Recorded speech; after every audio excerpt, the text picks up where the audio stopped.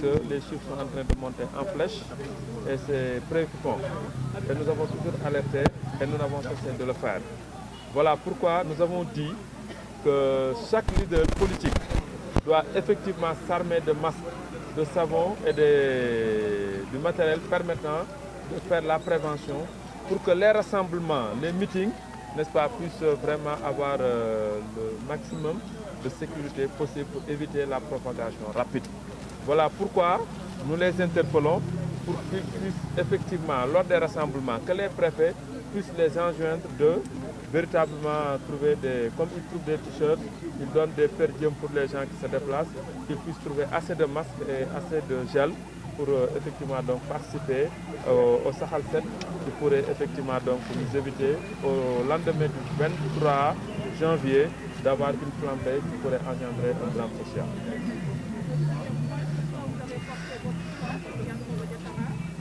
Le deuxième point, c'est d'abord le devoir de vérité. Nous sommes initiateurs, c'est notre récépissé qui a permis la construction de cette coalition And Siggil Thiès. Nous sommes le mandataire, n'est-ce pas, qui a déposé la caution et qui a fait l'essentiel. Nous sommes le leader qui a eu la première responsabilité avec la cellule de communication. Nous avons fait tout ce qu'il fallait faire. Nous avons donné les éléments de langage, la clé de la rupture à la place de la clé de changement. Donc à l'appel du devoir, la négation n'a pas sa place. Donc nous avons beaucoup fait dans cette coalition. Mais nous nous sommes rendus compte que le président Ablaye Dièye, un bon manager, peut-être réputé être un Richard, quelqu'un qui a beaucoup d'argent, pense que effectivement l'entreprise politique, n'est-ce pas, donc peut lui réussir facilement. Nous avons vu dans sa façon de faire qu'il n'est pas quelqu'un d'open, qu'il n'est pas quelqu'un d'assez mature pour pouvoir diriger simplement la coalition qu'il a entre ses mains, à plus forte raison de prétendre diriger la ville de Thiès. Voilà pourquoi nous avons écrit notre lettre de démission depuis le 6 décembre. Il n'a pas eu, en tant que, s'il était un très bon leader, il aurait pu faire les démarches pour effectivement donc comprendre ce qu'il y a à changer et continuer pour aller vers le succès. Malheureusement, il a démontré chaque jour qui passe qu'il n'est pas à la hauteur. Si son frère de même père et de même mère se permet d'écrire une contribution pour me taxer de traite et de crétin et bien d'autres termes, nous pensons qu'ils sont dans une logique de combat. Et quand d'autres sont encore téléguidés pour m'insulter, après 36 ans de combat porté depuis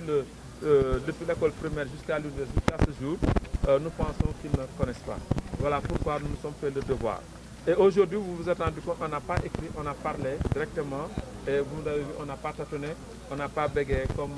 Ablaye le fait. Parce que nous, nous disons vrai. Voilà pourquoi, donc, nous avons vu l'intérêt supérieur de Thiès, c'est de miser sur le ministre Yankoba Diattara pour qu'il puisse effectivement donc être porté à la tête de la grande mairie de Thiès au soir du 23 janvier 2022 afin que Thiès puisse effectivement jouer son rôle de ville moteur, n'est-ce pas, donc dans le développement du Sénégal. Nous avons Covid bi yàqoon na réew mi ba ñu demoon ba yaakaar ne jóge na fi ñu naagu ñëpp wàccee seen loxo tey ñu ngi naan 4e vague. Donc chiffre yaa ngi yéeg bu nga xamee ne bu tombeek nag élection yi ñu gëm ne calendrier électoral bi dañ ko war a régler dañ ko war a respecter waaye nag naan candidat leader politique bu ne yaa ngi defar ay t-shirt yaa ngi defar ay lakos yaa ngi defar ay support na leader politique bu nekk tamit mener la campagne électorale contre le Covid-19 mooy ku ne na wut ay masques yu doy wut ay saabu wut ay gel di ko jox nit ñi di ñaan ministère de l'intérieur ak préfet ak yooyu xam nañ fa rassemblement di am ku ñëw di déclarer sa rassemblement ñu sas la pour nga wut ay masques pour ñu mën a fexe def suñu wàll mooy fexe propagation wàllante bu gaaw bi mën a wàññeeku ba yàlla mën ko fee dakkal loolu nag ñun en tant que leader politique yàgg nañ koo wax yàgg nañ koo jëf waaye tey lañ ko gën a woote moo tax ñun suñu parti campagne électorale am ci loolu la ko njëkk a jiital alors léegi nag tey bu loolu wéyee ñu daal di taxaw àndoon nag coalition And Siggil Thiès joxe suñu récépissé pour coalition ba taxaw def ci taxawaay ñu njëkk ñoo fal jox ñu cellule com bi ñu doxal indi ay éléments de langage indi ay concepts yu am solo ñu indi wax dëgg yàlla succès ci coalition bi bañ demee ba gis nag doxalin bi nga xam ne am na fa te doxalin boobu dëppoowul ak li ñu yaakaaroon ndax yore entreprise yore xaalis bu fekkee ne da nga jàpp ne moo war a tax da nga war a jiite dëkk bi juum nga ndax nit ki dafay am modestie du ci nekk ni ngay am xam-xam mën nga doon un grand manager au plan professionnel waaye doon un piètre leader au plan politique te Ablaye Dièye des naa mat kilifa pour mën a ñu dénk ko dëkk bi loolu nag moo tax ñu bàyyi ko foofu le 6 la ñu bind suñu lettre jox ko boobu ba tey sañu ñoo woo sañu ñoo jege ndax it moom doonul mat kilifa pour mën a wax ak njaboot ju ndaw ji mu yore muy coalition bi ñu bëri ñii ñi ngi bàyyi ñii ñi ngi ruumandaat ci suuf ñii ñi ngi kaas ci suuf man nekkoon fa di fa dox jàmm waaye am directeur de campagne am ñu ko am bay nga xam lu xóor bu am ci dëkk bi rek mi ngi ci donc xëy na yooyu noppam ba tax mu taxee ni mu taxee moo tax le 6 janvier ñu jël suñu décision historique ak suñu parti ne dañuy soutenir la candidature du ministre Yankhoba Diattara ndax président Idriss Seck ba mu nekkee tout puissant ministre d'État la def li mu def Thiès tey moom yàlla dogal na moo toog ci place bi ñu décidé te tey dëkk bi ak Sénégal toll na fu nga xam ne maanaam am ku mel ni moom ci dëkk bu mel ni Thiès dina tax Thiès mën a gaaw a àgg fi ñu ko bëggee ci wàllu réalisation ndax ku naan yàlla wër na la ne mënuta ne loolu wér na waaye moom